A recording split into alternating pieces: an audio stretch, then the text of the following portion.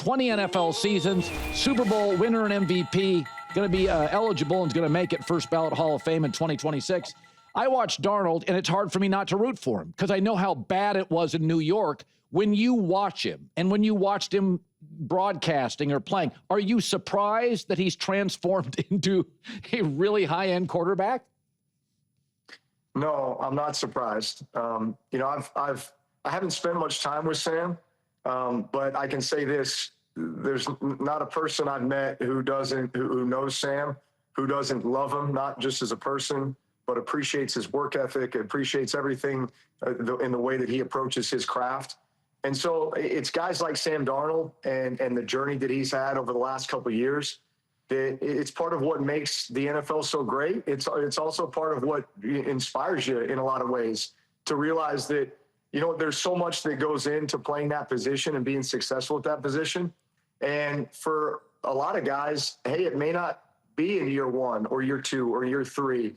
That could be a combination of their own personal growth and development.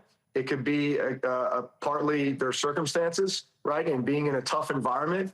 In most cases, guys that are drafted really high, like Sam Darnold being drafted number one, they're going to teams that have a lot greater issues than just trying to solve the quarterback position. They've got a lot of holes to fill, a lot of voids to fill, and typically it takes time. And do I think that in many cases we've, unfortunately, done the wrong thing when it came to a lot of these young quarterbacks and maybe let them down? Yes, I do. Because there is so much that goes into it. And honestly, I think guys too, like Sam Darnold wouldn't be the player or person he is right now if it wasn't for going through the adversity that he went through in New York and Carolina. Same with Baker Mayfield. I'm sure he would say the same things. I've heard those guys talk about those things. I know it was that way for me with the San Diego Chargers. People forget I got benched 3 times with Marty Schottenheimer in 2003. That was not a good experience, right? That was like a shot to the confidence. And yet it's also what helped the fire burn, even hotter as my career went on, always feeling like I had something to prove, chip on the shoulder. And you just feel that with Sam Darnold, but he's handled it with a lot of class. And I just watch the way his teammates talk about him. They can't say enough great things about him. And I love seeing the success that he's had. I actually, when the game was over, felt bad for Matt Stafford. I thought to myself, I've never seen a quarterback play that well and lose. And I'm sure, hey, listen, I know what happened to you at Purdue, where you throw for 400 yards and you can't overcome, a really great team. But in your career, what is the difference when you play great, Drew, and you did, and you come up short in a big game? Does it last with you the off season? I mean, is that a pretty or do you feel like, hey, I gave it my best, I played well, we lost? Because Stafford was brilliant for most of that game. Yeah. Yes, it does last. I mean, I think any great competitor is always going to think about, some of the ones that got away, and maybe there's a player or two that just kind of linger. Stafford has played phenomenal all season long. He's played phenomenal throughout the playoffs. I mean, you forget, as good as the Rams were this year, they just happened to play in a really, really tough division. The only reason they weren't the 1 seed is because they lost at Seattle 6 weeks ago with some crazy sequences of events, right? The 2-point conversion, the overtime, going for it, at the end, or else they would have been the 1 seed, right? So they have to go to Carolina where they need a 2-minute drive to win. They have to go to the Bears where they need overtime to win, right? Like all these crazy sequences of events. And then even in this game, they had a chance there at the end, right? All they needed was one final possession. They go down, they get stopped inside the 10 after they were just rolling. So I think that's probably the moment that's gonna sit and maybe eat at them a little bit. But at the same time, there is no doubt the Rams. Look, I hope Stafford keeps playing for another 3-4 years, because I think that team is built to win. Yeah. So Seattle was the second best road team in the league, which is impressive because they're young. The best road team was New England. So the 2 best road teams are meeting in the Super Bowl. And I think it speaks to certain things like coaching and intelligence. I think a lot of things travel, like smart teams, it travels. But there's a lot of things that don't necessarily travel, like a vertical passing game. If you go into bad weather, you can't take it with you. But what do you think when you look at Seattle and New England's great success on the road? It's unbelievable. Like, how did New England didn't lose a road game this year? What does it tell you about their team? Well, let's start with New England. Look, the job Mike Vrabel's done is remarkable. You know, I did have the chance to broadcast one of their games, and I think what stuck out to me was, look, I remember Vrabel as a player. Man, hard-nosed, tough, love confrontation. Like, he was just one of those players. Yeah. Man, I see a side to him. I don't want to say like a softer side, because that's not the way to say it, but it's a side of him that has become such an unbelievable like teacher and motivator of men, but in a way that is like so caring and thoughtful, but also just so wrapped up in like identity and who we are and what our standard is. And like he uses the term protect our identity every time we step on the field. And so to me, that's the epitome of what they've done by going on the road. In a lot of cases, that's protecting your identity at home is a lot easier than all of a sudden you go on a road in a hostile environment with different circumstances and things that are out of your control. And at times you kind of lose track of that. And I think just like that mantra for him and his team, like I see that. Yes, he's got a great quarterback who's super composed, who actually reminds me a lot of Matt Stafford, just in his purity of throwing the ball and his composure and all those things. And I wouldn't say, again, I don't want this to come across the wrong way. I don't see New England as just a team full of superstars. I see them as a team who is just, everyone has embraced their role in helping for that group to be successful.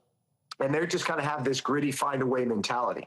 Man, Seattle, on the other hand, like maybe that's a team that just flew under the radar for a bit. And Coach McDonald has done a phenomenal job with those guys. And just that, you know, Sam Darnold coming in, just kind of, obviously nobody knew what to expect with JSN and just the phenomenal year that he had.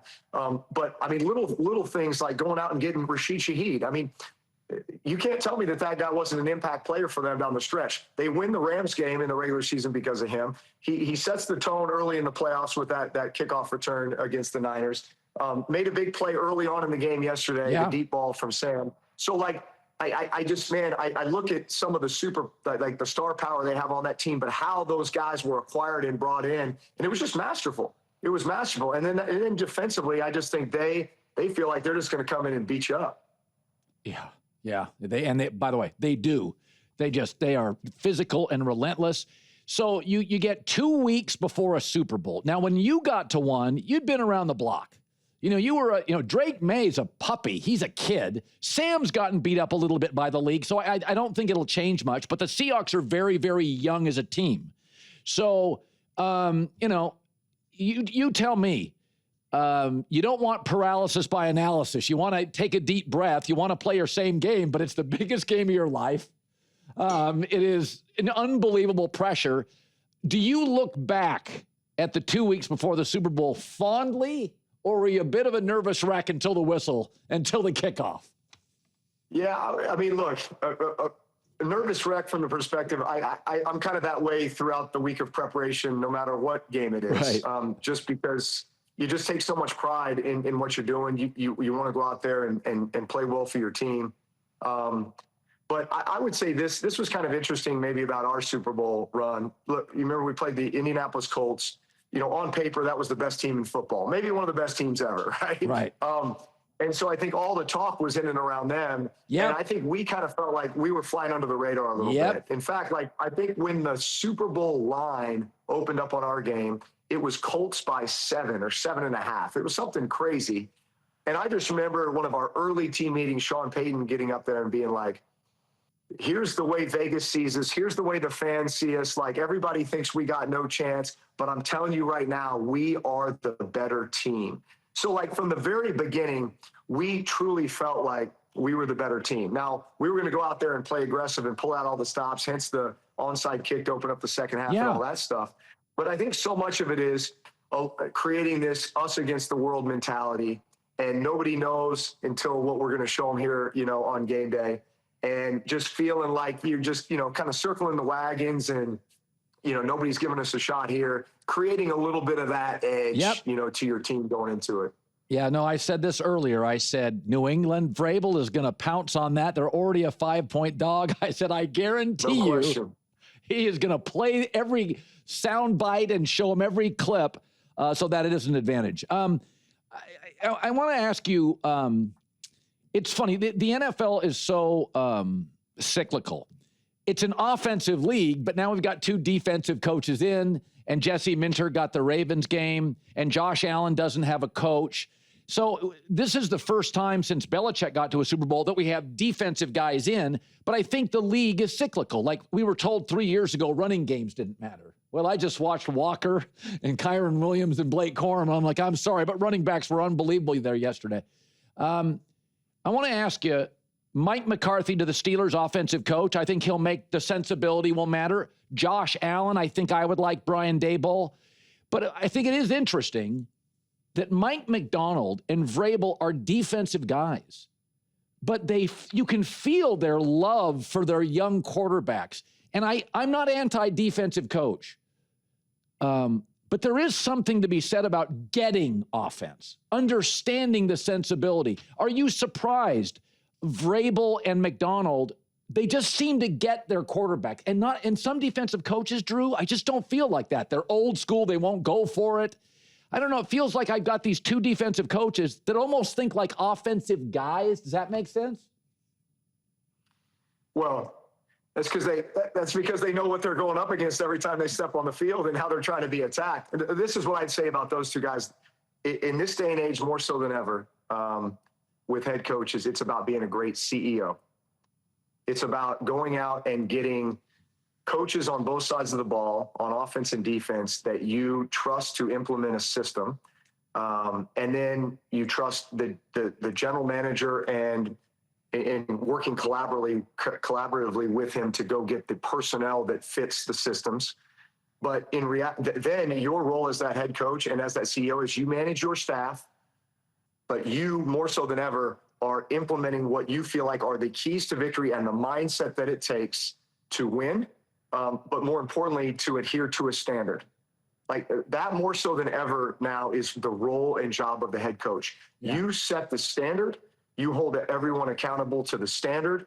And so while you may skew one direction or the other, like, hey, I came from the offensive side of the ball, or I came from the defensive side of the ball. And yes, you may have contributions schematically to those sides of the ball. In reality, you are just now, I am managing the game. I'm managing my team. I'm making sure these guys are ready to play, right? That they have the right mindset. Like that is what it's all about. And I can't think of two better guys that are coaching in this game with Mike McDonald and Mike Vrabel that like just embody that mentality. Finally, minute left. It didn't bother me on McVay going for it in 4th and 4 or Sean Payton going for it. Didn't love Sean going for it. How did it land for you? Well, it's hindsight's right, 2020. But the Denver game, I think at that point to take the points and go up 2 possessions, I think is pretty significant, right? Yeah. Of course, it's 4th and 1. You feel pretty good. Now, look, had they tried to pound it, and just get stuffed, then you're like, we weren't good enough to get it. You try to pull out a little trickery with the bootleg. But nonetheless, I think going up 2 possessions in a game like that with a young quarterback where you just all of a sudden shift the pressure to the other side. Yeah. And, oh, by the way, as good as Drake May's been, he's still a young quarterback. That's still a young, So I think playing at home, maybe take the points there. I mean, look, with McVay, you're rolling. And you got Matthew Stafford, right? And you got all these weapons, Right.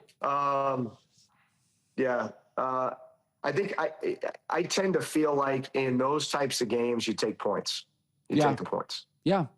No, I get it. I think there's some analytics I buy, some I don't. I in these games with the best defenses, I like points. Drew Brees, you were great today, as always. 20 seasons, going to be a Hall of Famer. He's eligible for the Hall of Fame this year. Can't wait. Drew Brees, great stuff. Thanks, Drew. Great seeing you, Colin. All right. Good.